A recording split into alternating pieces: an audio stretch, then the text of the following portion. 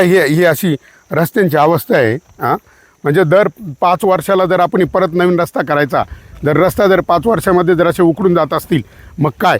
आणि याच्यामध्ये होतं काय, आता भ्रष्टाचार कसा होतो ते तुम्हाला सांगतो. 15 लाखाचा रस्ता आहे. 15 लाखाचा रस्ता आला का जो पुढारी, खासदार असू द्या, आमदार असू द्या, जो ते पत्र देतो तिकडून मिळवून त्याला मंजुरीचं, तो घेतो 20%. 15 लाखाला 20% किती झाले? 3 लाख 3 लाख रुपये. 3 लाख रुपये. 3 लाख रुपये गेले. खाली किती राहिले? 12 लाख. 12 लाख. बरं, त्याच्यामध्ये परत जो अधिकारी त्याला ती वर्क ऑर्डर देतो तो घेतो 5%, 75,000. बरं, आणि परत जो ते काम व्यवस्थित झालंय तो पाहणी करतो ना तो घेतो 5%, 75,000. हा. आणि नंतर त्याला जो बिल काढून देतो ना शेवटचं तो घेतो 5%, ते पुन्हा ते 75. परत 75. आणि किती झाले? 5.25 लाख रुपये हे झाले त्या 15 लाखातले. आणि नंतर परत त्याच्यामध्ये त्यांना GST 18% केंद्र सरकारला द्यायचं आहे. GST 2,70,000 म्हणजे 2,70,000 आणि ते 5.25 हे किती झाले? 7 लाख रुपये. मग 15 लाखातले जर 7 लाख रुपये जर असे गेले तर त्याला 8 लाखामध्ये त्या ठेकेदाराला रस्ता करायचा आहे.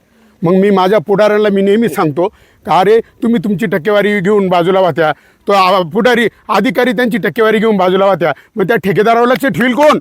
आणि त्यांना तो 15 लाखाचा रस्ता 8 लाखात कसा करायचा? हा मोठा प्रश्न आहे ना. आणि मग तो काय करतो, आणि वरून त्याला 8 लाखातच नाही करायचं, त्याला 15 लाखाची बिलं द्यायची शासनाला. 15 लाखाचे बिलं द्यायला त्याला परत ते खोटे बिलं बनवून देणार आहे, परत ती टक्केवारी.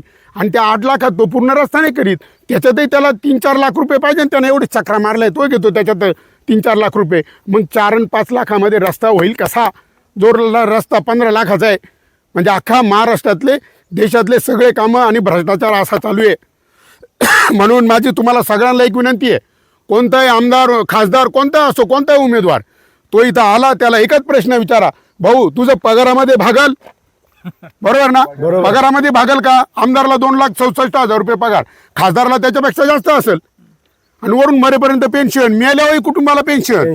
मग एवढंच भागल का? तो हाच म्हणणार आहे. नाही, अरे आपण ठेकेदारांना विचारू, त्यांचे कान धरू. तुम्ही फक्त एकदा विचारून घ्या, जाहीर सभांमध्ये त्यांना शपथी घ्यायला लावा.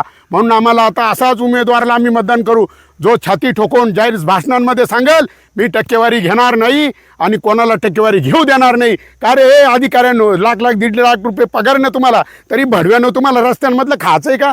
संडासांमधलं खायचं आहे तुम्हाला? लाजा नाही वाटत? अरे त्या वर्षाला तर घाबरा जरा.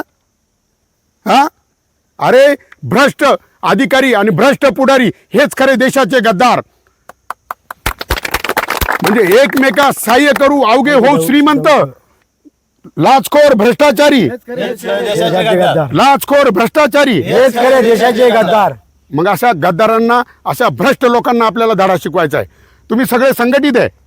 कोणताही पुढारी येऊ द्या, त्याला विचारायचं भाऊ तू टक्केवारी शिवाय काम कर, पगारात तुझं भागलं पाहिजे तरच आम्ही तुला मतदान देऊ.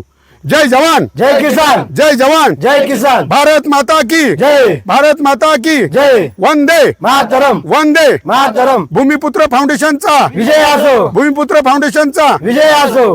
चला, धन्यवाद. धन्यवाद.